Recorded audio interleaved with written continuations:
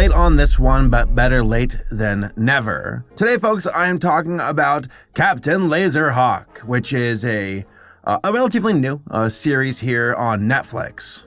An adult animated series, which, hey, I'm always here for that.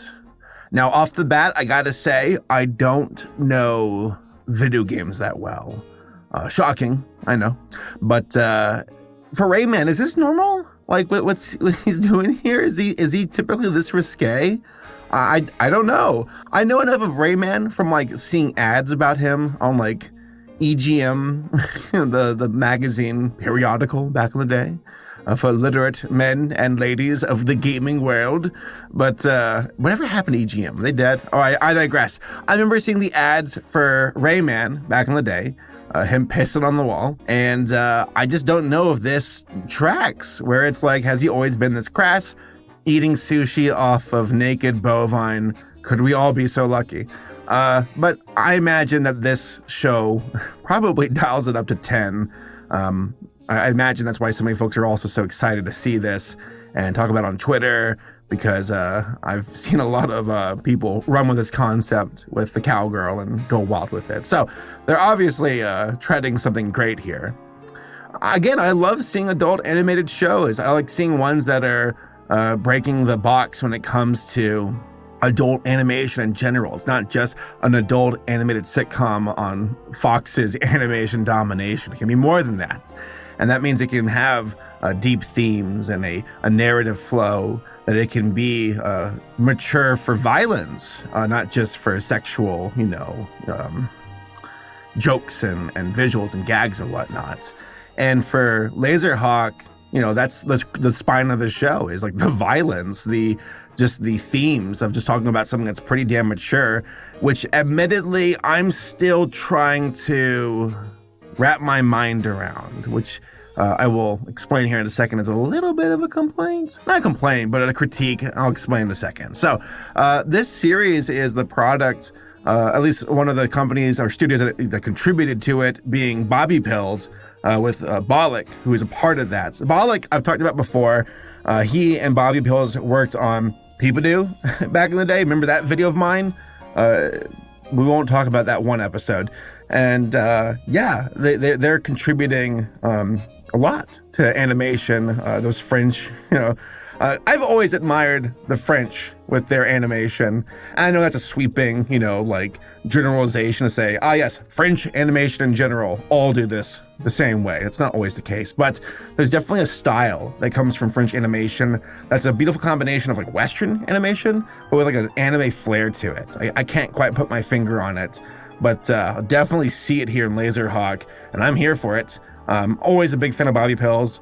Hey, they even sent me like the art book, by the way. Like I got the plushie of Bullfrog as well. So this is not an endorsement of saying I've been sponsored to talk about this, but more of I really appreciate it when, companies and studios go above and beyond, and the art book looks pretty badass. And also I got my little plushie right within the corner with my other ones. Oh, that one blew up though, didn't she? Yeah, she's dead. Now, again, I don't know Ubisoft that well. So while watching this show, I was curious, because that's the thing, is this seems to be like an Ubisoft ensemble of characters. And I'm like, I don't know Ubisoft. I know Rayman. That's about it. I'll be real. I thought it was Ubisoft for the longest time. Apparently it's Ubisoft. But I was concerned about, will I lose something in translation of not knowing, like, is Bullfrog a real character? Because I know Assassin's Creed well enough, but I'm like, is there a frog in Assassin's Creed, or is this like an original character? So, and that was a challenge for the show they were squaring up with, but I feel like nothing's really lost, It's not like it's inaccessible for a general viewer. It's not like you need like previous knowledge to know these games in order to understand it. That's good. Well done. That's important to make sure that it is accessible. And then for those who do know games and the properties, well, there you go. It's enhanced because you now can get the references. Now, this is where things get a little bit tricky. The synopsis. I watched this show. I paid attention to it, and I still had some trouble following it. So Captain Laserhawk is our main character. This is some kind of I think, VR world, or not really. There's a lot of theming about like, transhumanism, robotics, dystopian authoritarianism, anarchy, racism between like people who are like hybrid creatures and then the humans. You got like this kind of Amazon-esque, corporate feel of everything. 1984 vibes of just, a corporate oligarchy in control, fall in line, everything's brainwashed early on with kids, yay, it's Rayman, I love Rayman, I'll report people because Rayman told me to, citizen fall in line. So there's a lot of those kinds of themes, and I'm here for it. And I feel like the show did a good job thus far. And I say thus far because the show is not done yet. This is one of those bullshit things, again, where Netflix takes a show and they cut it in half. And I'll be real, I'm not a fan of that. The studios make the shows to order. And I think Netflix says, okay, it's actually not one season, it's 2 seasons. And I could be mistaken with that, thought. But I've heard through the grapevine that is the case at Netflix. It'll just take something like this season of Cuphead is now 2 seasons. And it's like, that's not really the case. And I don't know. It's because Netflix is like, there's too much to market. We can't afford it. Let's stretch our dollar. I don't know. But I'd rather just get it all at once because the chances of me returning, unless I really loved it, are kind of slim. Now, I'll be back to watch the rest of Laserhawk because, spoiler alert, there's a cliffhanger and there's more to be done. But that being said, I feel like it does more harm than good. So Netflix, if you're listening to this, just release it all at once. Unless I'm missing something here. But Laserhawk here is like a freedom fighter. He gets betrayed by his lover, his partner. They're trying to, I guess, overthrow this dystopian authoritarian regime. The city has a bunch of citizens who follow, in line. And here's the thing, and I feel bad because right now it sounds like it's a really sloppy review. Like I didn't do my due diligence. No, and I could be wrong with my take here, but I think the show's just far too dense with what's going on. Some of these characters were visually, memorable, but character writing wise, I can't really recall them. There was this green-haired girl, thought she was really cute. Spoilers, she dies way too quickly. The characters who stuck out to me the most, though, being like Bullfrog the Assassin, this French assassin, loved him. He's very memorable. And then you got Rayman, who's also memorable. And it's because I think of their designs, and they just get staying power in my mind. I'm like, okay, I know these guys. But then these other characters, I'm like, there's like this weird like wrestling monster, or like this, I guess, pig monster. Can't remember his name.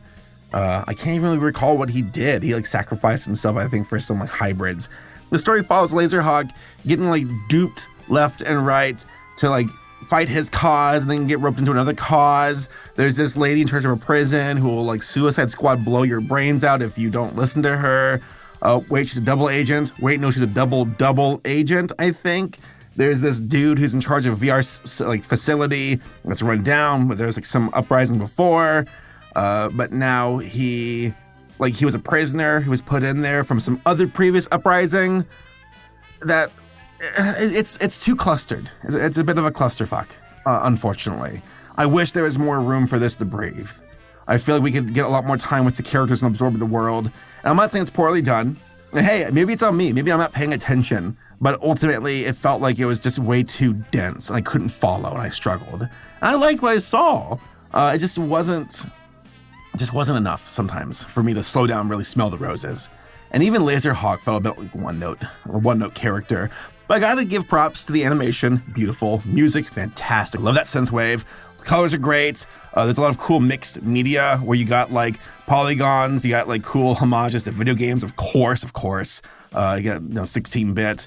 You got scenes where you even have live action actors, but it's all like, pixelated for them on screen. Feels like they were a cut scene from like another game from like the Dreamcast. I wish I knew games better to actually give you accurate, gaming history here, but as a consumer who's a basic ass bitch when it comes to gaming, I enjoyed it. So visually, outstanding. Character design's top notch. Very fluid movement. And I love the music. And also, again, the theming of like anarchy versus like a totalitarian rule. Always dig that. I just wish the characters could slow down for me to really absorb them, for me to absorb the stakes. It's too busy. It's too busy currently. And I could, hey, let this next season, quote unquote, roll out. I could be wrong. Maybe that, saves it in the third and fourth quarter.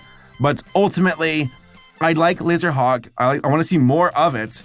I'm going to rewatch it here in the near future. Maybe that might help me out. But ultimately, it's too much for me to really absorb. I felt like it was way too quick, and some of these characters weren't able to really hit me the way I was hoping. But then, again, we got Bullfrog and we got Rayman, and that's all that matters to me. So, if you watch Captain Laserhawk, let me know what you all think down in the comments. Like or dislike this video if you agree with me or not, and I will see you all next time.